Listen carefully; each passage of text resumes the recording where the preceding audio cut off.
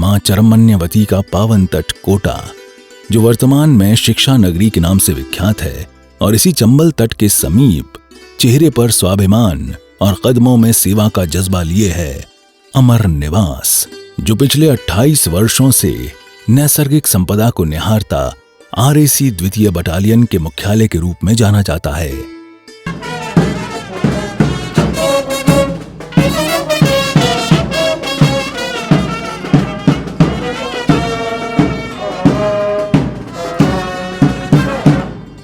उन्नीस 1962 में इस बटालियन का गठन 7वीं बटालियन के रूप में किया गया था, जिसके बाद बीएसएफ के रूप में परिवर्तित कर दिया गया, जिसे नाम मिला आरएसी द्वितीय बटालियन, और ये बटालियन 1991 से अमर निवास में स्थित है।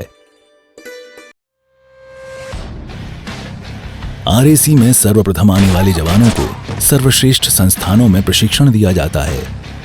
गौरतलब है कि उनकी कार्यकुशलता में निखार लाने के लिए मुख्यालय पर रोटेशन तथा ईआरपी कॉलम तथा कमांडो प्रशिक्षण कार्यक्रम अनवरत रूप से चलता रहता है।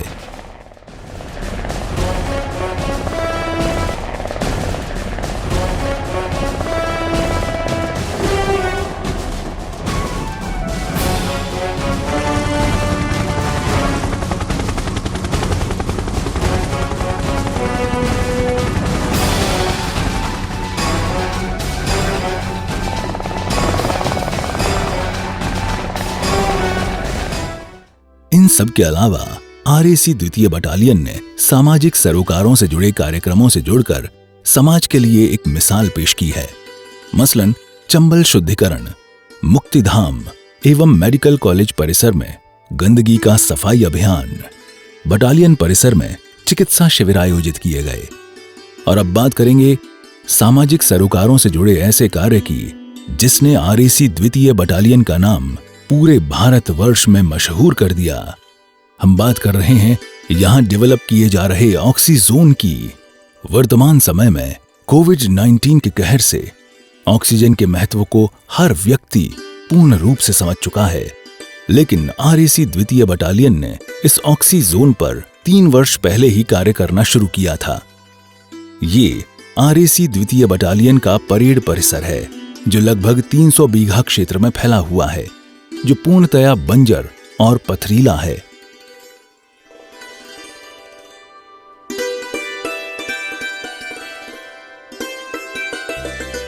मुश्किलों में जो ढूंढोगे राह को, राह कैसी भी हो आसान हो जाएगी। देखो पतझड़ कभी भी ठहरता नहीं, सुर्ख फूलों से बगिया महक जाएगी। ऐसे में डिप्टी कमांडेंट पवन जैन, जो कि हरियाली पसंद हैं, ने तय किया कि इस जमीन को अब हरियाली युक्त बनाएंगे। फिर क्या था, प्रयास शुरू किए गए और उन्हें साथ मिला तत्कालीन कमांडेंट AR कोटकी एवं जय यादव का।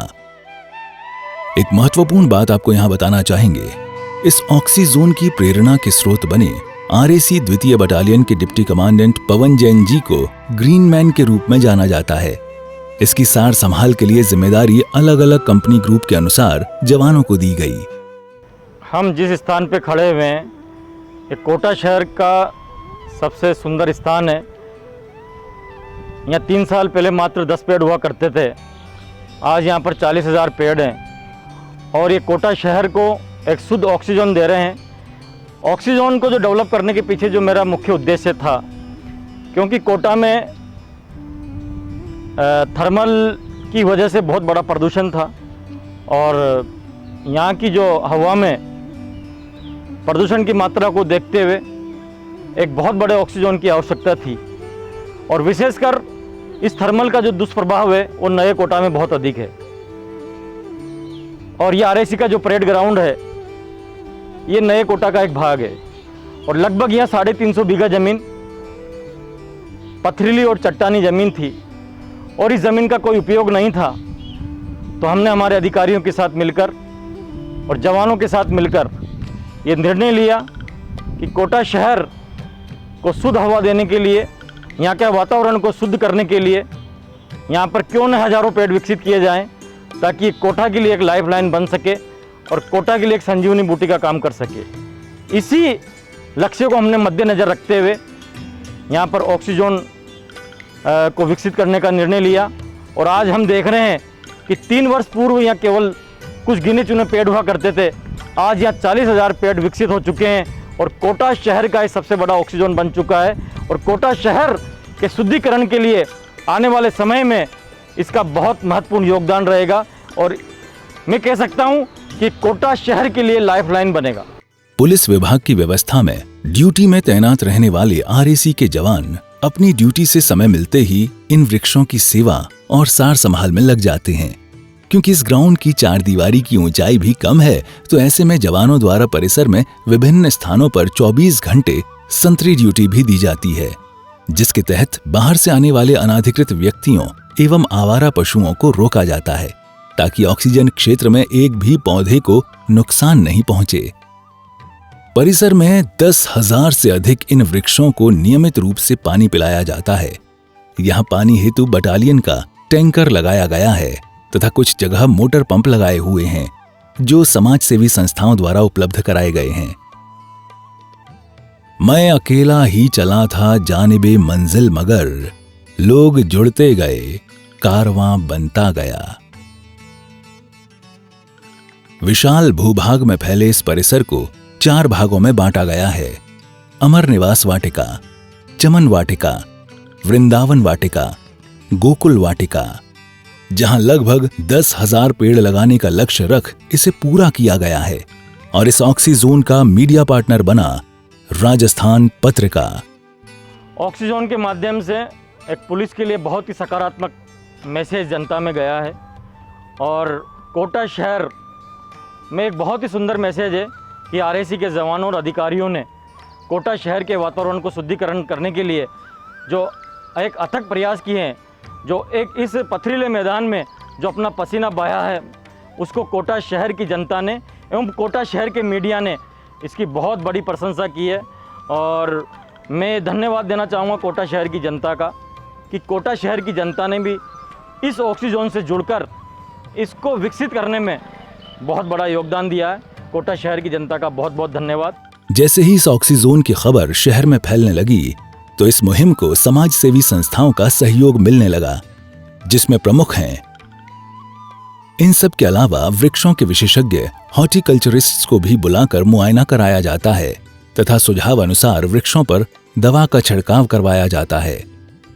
आरएसी जवानों एवं समाज सेवी संस्थाओं की मेहनत एवं निस्वार्थ कार्य के फलस्वरूप आने वाले समय में ये क्षेत्र कोटा शहर का बहुत बड़ा हरियाली एवं प्राकृतिक वातावरण से आच्छादित ऑक्सीजन क्षेत्र में विकसित होगा।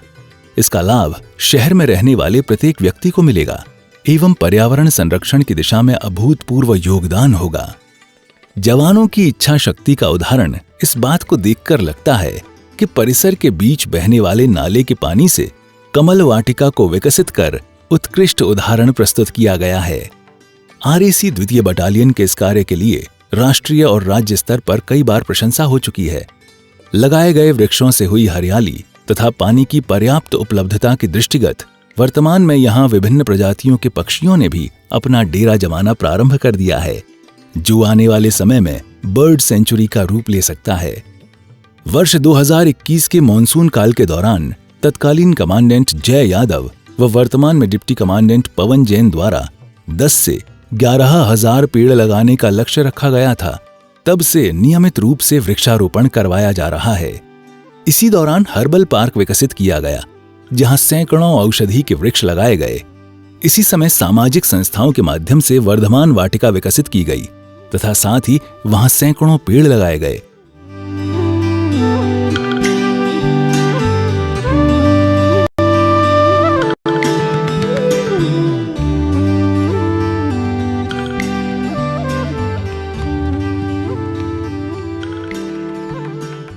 मेरा मानना है कि हेल्थ इज़ वेल्थ। यदि आपका स्वास्थ्य अच्छा है तो आपका जीवन बहुत अच्छा रहेगा और विशेषकर जवानों के लिए स्वास्थ्य का अच्छा होना बहुत आवश्यक है। यदि जवान स्वस्थ रहेगा तो अपनी ड्यूटी को बहुत अच्छी तरह से अंजाम दे पाएगा, क्योंकि पुलिस कर्मी के लिए स्वस्थ होना बहुत अधिक आवश्यक है।